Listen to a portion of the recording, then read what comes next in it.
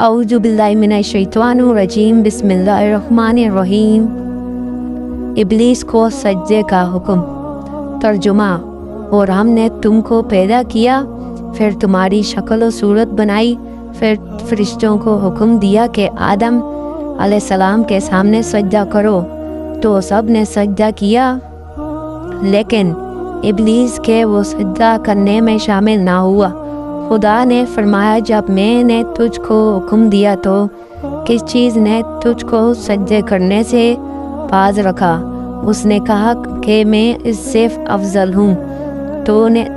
تو نے مجھے آگ سے پیدا کیا اور اسے مٹی سے پیدا کیا۔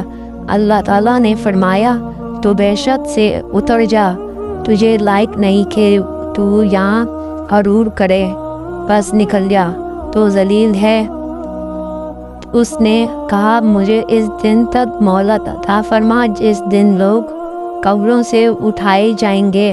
فرمایا، اچھا، تجھ کو مہلت دی جاتی ہے۔ پھر شیطان نے کہا، مجھے تو نے ملعون کیا ہی ہے، میں بھی تیرے سیدھے راستے پر ان کو گمراہ کرنے کے لیے بیٹھوں گا، پھر ان کے آگے سے اور پیچھے سے اور دائیں اور بائیں سے ہر طرف سے آؤں گا اور ان کی راہ خراب کروں گا، اور آپ ان میں اکثر کو شکر گزار نہ پائیں گے۔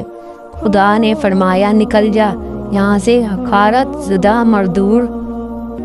مردود جو لوگ ان میں سے تیری پیروی کریں گے، میں ان کو اور تجھ کو جہنم میں ڈال کر تم سب سے جہنم کو بھر دوں گا۔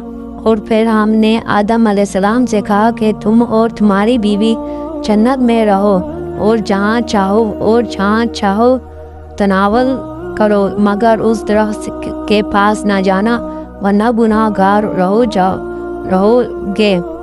تو شیطان دونوں کو بہکانے لگا تاکہ ان کے پردہ کی چیزیں جو ان سے پوشیدہ تھی کھول دیں، اور کہنے لگا، تم کو تمہارے پروردگار نے اس درخت سے صرف اس لیے منع کیا ہے کہ تم فرشتے نہ بن جاؤ، یہ ہمیشہ جیتے نہ رہو۔ اور ان سے قسم کھا کر کہا کہ میں نے تمہارا خیر خواہ ہوں۔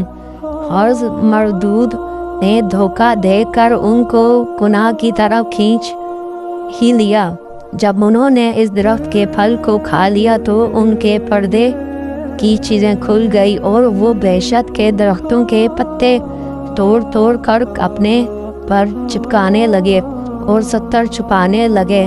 تب ان کے پروردگار نے ان کو آواز دی، کیا میں نے تم کو اس درخت کے پاس جانے سے منع کیا تھا اور بتلا نہ دیا تھا کہ شیطان تمہارا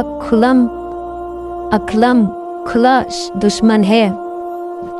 دونوں غرض کرنے لگے کہ ہمارے پروردگار ہم نے اپنی کھلا دشمن ہے۔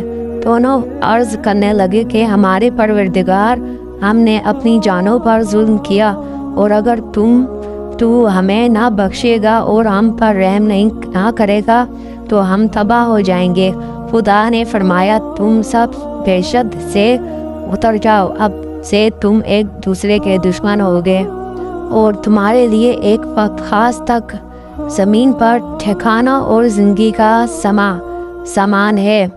اور فرمایا، اسی میں تمہارا جینا ہوگا اور اسی میں تمہارا مرنا، اور اسی سے قیامت کو زندہ کر کے نکالے جاؤ گے۔